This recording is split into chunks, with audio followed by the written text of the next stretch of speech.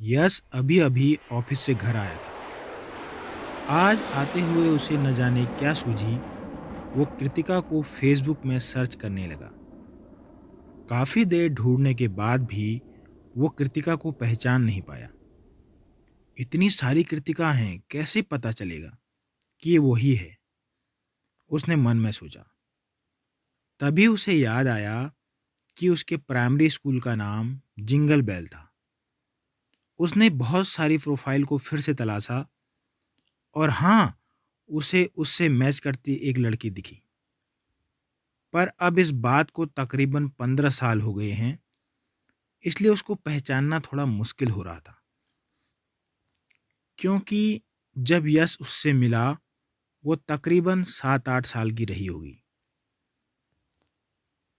तो यश ने उसको फ्रेंड रिक्वेस्ट भेज ही दी।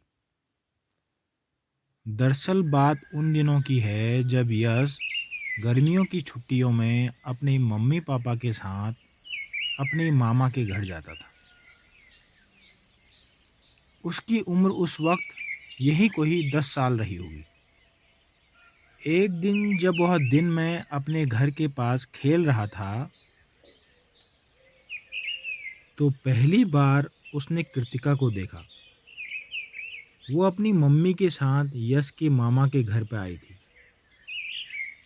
यश, इधर आओ और कृतिका के साथ खेलो, यश की मम्मी ने उसे आवाज लगाकर बोला। और उन्होंने बहुत सारे खेल खेले। यश, तुम्हें पोएम याद है? कृतिका ने पूछा। यश ने उसकी बात अनसुनी कर दी। उसे कोई पोएम अभी याद ही नहीं आ रही थी। मुझे तो बहुत सारी पोएम याद हैं, कृतिका ने उछलते हुए कहा। और यश को एक आध पोयम लगे हाथ सुना भी दी। ये जो खेल का सिलसिला शुरू हुआ, तो पूरे गर्मियों भर चलता रहा। अब यश को भी पता चल गया कि कृतिका उसके पड़ोस में रहती है। कई बार तो कृतिका सुबह सुबह यश को बुलाने आ जाती। आज हमारे घर में खीर बनी है, आजा, मैं तुझे बुलाने आई हूं। फिर जब गर्मियों की छुट्टियां खत्म होने को आती, दोनों का मन उदास हो जाता।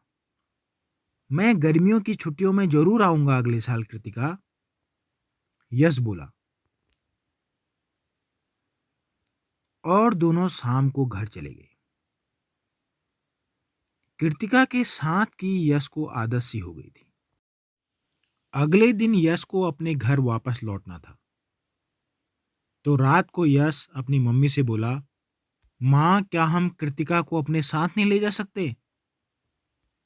उसकी माँ मुस्कुराते हुए बोली, बेटा, ऐसा होता है कहीं?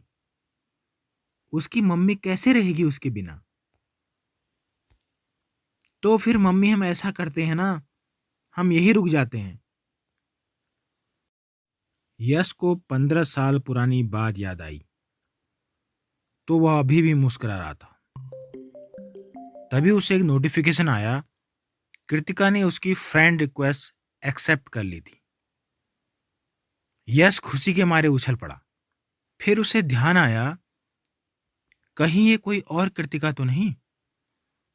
उसने अपनी खुशी को नियंत्रित किया और एक मैसेज लिखा, हाय कृतिका, यस दिस साइड। वो काफी देर तक मैसेज के रिप्लाई का इंतजार करता रहा, पर कोई रिप्लाई नहीं आया। अब उसे लगने लगा ये कोई और कृतिका होगी, और वह सो गया। अगली सुबह उसने उठकर सीधे अपना फोन उठाया और देखा क्या कोई मैसेज आया है। और सच में एक रिप्लाई आया था, हाय। आगे की कहानी सुनने के लिए दूसरा भाग जरूर सुनें।